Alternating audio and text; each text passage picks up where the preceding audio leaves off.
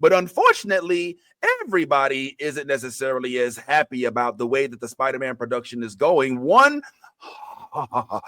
Hudson, as Nolly calls him, Thames, decided to open his mouth. A proper pronunciation. Okay, he don't deserve. Decided to open his mouth and make the world aware of the fact that he thought that the project might be woke and annoying.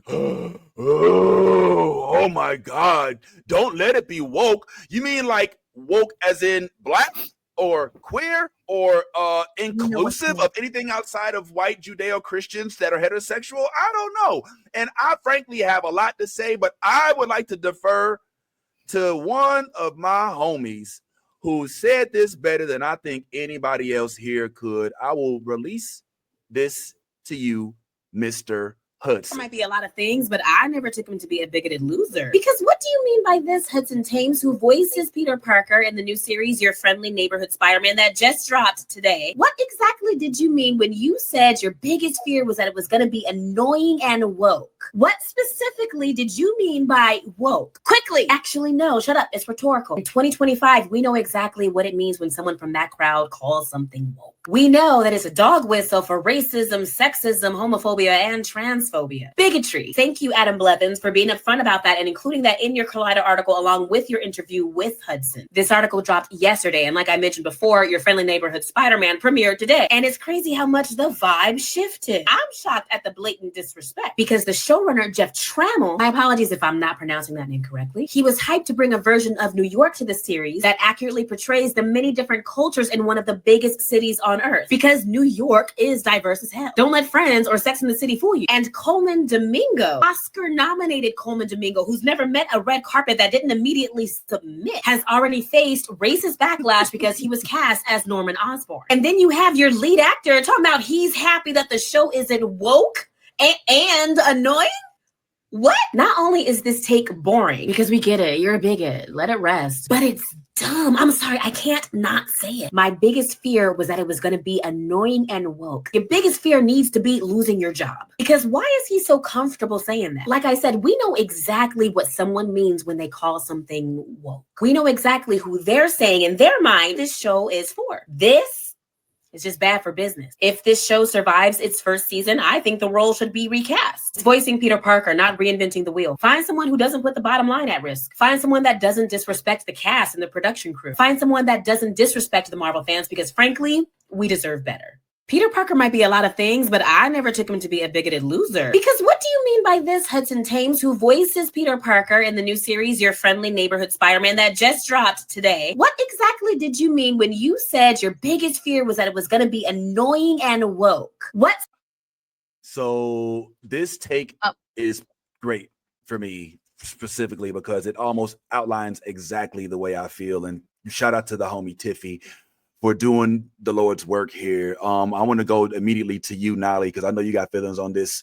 How you feel? Because my comment shows right there on the bottom. You said, hold up, let me see. Unemployment office waiting for him to show up. So I guess we know how you feel.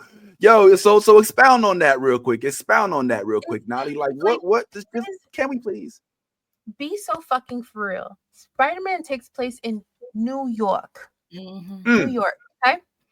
In Queens, the melting pot, okay? What do you mean annoying? And why would you fix your thin ass, uncultured lips to say such a thing? Knowing what Stan Lee created Marvel on, the foundations of everything we love about Marvel, why would you fix your greasy ass, inbred looking face to say some mess like that? The showrunner is what, for fuck's sake. All right, be so for real. Is nobody afraid of keeping a job? Like, please make racists afraid again. That part. Because they are so emboldened these days that they would be willing to fumble a fucking bag on a show that already has a green light for 3 seasons. Why would you do that? Because I can't recall you in anything else. So why would you fumble that bag for yourself? Why? Explain to me like I'm 5. nice and slow. And if you got pictures, show me them too, because it's not clicking. Anthony, any words, homeboy? I'm not watching. Me either. Yeah, I'm not watching. You know, straight up, because like a lot of people could think of whatever they want as far as the term woke and all this, and everybody lands on different sides of the fence. I think somebody's in our comments saying "go woke, go broke," like they don't know what they're watching. Yeah, we know what that is. There's so many different things that I could say about it. But one thing that really always bothers me about this term is that it was co-opted. 100%. It really breaks my heart every single time I see this word used in this way, because I know growing up, it was only used in like people in the Black community. Honestly, it was really only used in the Black community, and it was supposed to be like, hey, I'm socially aware of injustices that are happening around us, and I want you to stay socially aware of injustices that are happening around us. And now when I see this, I see people who are saying, if you are socially aware of injustices that are happening to Black people, and that's something that you think is important, you're going to go broke. Right? Like, we're not going to support that. We're not giving that money. And that doesn't sit well with me, because I'm the product of my environment, right? Like, I have to train my children. I have to teach my sons on how to, get pulled over by police, right? I have to sit there and have that talk with them. I have to tell them how to address them. Some of us even go as far as to understand how to read their title based on the stripes or the type of badge they have on.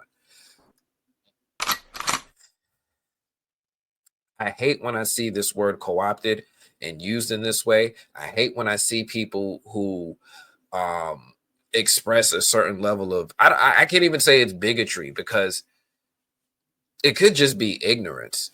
Honestly, it still could just be ignorance, because some people just may not have either heard that definition or and then they just repeating a learned behavior that somebody else taught them.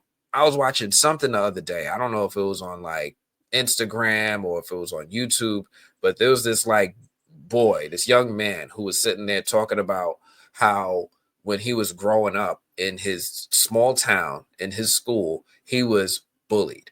And I don't know about but every once in a while we see what bullying looks like for little boys in small towns. Those kids are vicious. You might get cut, you might get beat up, you might get stomped out, you might get spit on, you might get embarrassed in front of your peers. They are mean-spirited children. And he talked about how like he had to deal with that up until he reached like junior high or high school. And then when he reached high school, he was able to find a crowd of people who were willing to accept him. But take him from being the bottom in his social hierarchy to putting someone else's bottom. Like, these people are stealing our jobs. Oh, these people are invading our territory. Oh, these people are thugs. And now we could talk about them being bottom. I'm no longer bottom. So whether or not that these are things they actually believe, now they're learning to adopt it because it's preventing him from being bullied and picked on by the kids that tortured him for years. He's finding relief. He's finding an escape. He's going through a mental health situation. Right? So, like, now that he is older and he's actually not subjecting himself just to local media, because local media will only show you the perspective they want you to see based off of your region and where the voting lines are. Now that he's older and he's actually made himself more worldly aware, he's traveled, he's seen the news in New York versus the news in Kentucky. He's making more different decisions. He's like, wait, maybe I was wrong. Hey, maybe I was this. Maybe I was just ill-informed. So I see this so many different ways, and I just feel hurt that they're co-opting our word and manipulating some people to do things that they normally wouldn't do. And then I also am really upset at the bigots who are just using whatever opportunity they can to share their, mean, horrible, disgusting opinions of other people. But I'm still not watching. And I'm gonna keep it real. Like, when you first said that in the group, my first thought was like, I'm not gonna let some dumb fuck bigot, ignorant jack shit fuck with my love of Spider-Man, especially when we have a showrunner like Jeff, like Trammell, who actually probably was blindsided by this himself. You know what I'm saying? And I also, what goes through my mind is like, am I punishing everybody else? Am I punishing Coleman, Domingo? Am I punishing Trammell? Am I punishing all these folks because one dumb fuck said some stupid ass shit? A lot of hard work was put into making this project go green, and to get this man in the right rooms with the right people to get it put on screen. So my first instinct was, nah, I'm not going to let you take my joy away of Spider-Man. But as you started to, as I started to think about it, Anthony, I was like, yo, Anthony's right. Because if we allow this, then what's going to stop them from doing it again? Right? If we don't say, nah, we can't do it, bruh, then they'll be like, all right, well, shoot, it's not that big a deal. They don't like it, but they'll get over it. No, we won't. And this was a project that was geared for us. Let's not forget, like, this is okay. All right. Can I talk? Can I just a moment? Do y'all mind if I just have a moment? I would like to You talk. need soapbox? I would like to talk to my thin-lipped friend real quick, because I believe that he thinks that this serves him well. I think that in his mind, the folks that he's around, this is what he's supposed to say. Oops, I did that wrong. Hold on, let me do that. This is what he's supposed to say. That's what was supposed to happen. But I just gotta ask you a couple quick questions, though, Mr. Thames. The first question is, and who do you think you are? And who do you do know you're working for Disney, right? You do get the fact that you're working for the same company that turned Little Mermaid into a young black girl, right? You do get that you're working for the same company that is delivering a black Norman Osborn, the same company that is planning to give us a black Spider-Man in the upcoming features, right? You do realize that, right? And you do also, I mean, come on. and who do you think you are? Do you not understand that the woke universe is not one that exists in New York? Because New York is a microcosm of the entire globe. Everybody goes to Ellis Island. Everybody wants to be there because of the Statue of Liberty. And they don't have these issues. Why? Because they're forced to be around each other. You're pandering to a set of people that like to keep their distance from anybody that is different from them. And this is indicative of your thought patterns, homeboy. You think we can't tell that you're a Breitbart dude? You thought you were doing an interview with Tucker Carlson when you said this, but no, we see you, homeboy. And I'm gonna keep it real. Like, when I saw this, I first was like, who do you think you are? who is this dude? I don't know him. I've never seen him in anything in my life, and I hope I never see him again, because he's clearly speaking out of his asshole. And I really, really, really, really, really hope that Mr. Trammell himself does look at this and say, damn, I done made me a little mistake, because this dude done put this whole issue ahead of my release on this project that I worked so hard for. And I'm gonna keep it real. I'm almost willing to accept the fact that you just ignorant, right? You just ignorant. You're being taught that woke means black, which means not white, which means that a white person loses their place. You're being taught that you're forced the homosexual acts because that's not what you want. You're being taught that you're losing Christmas and all these other things, right?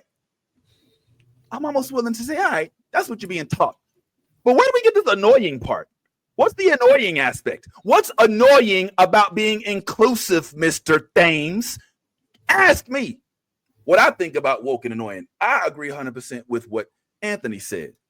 You know, there was a time when woke only meant educated, outside of what you learn in the classroom, but it's been co-opted as to mean anything that is not white, male, Christian, heterosexual. And so when you say annoying and woke,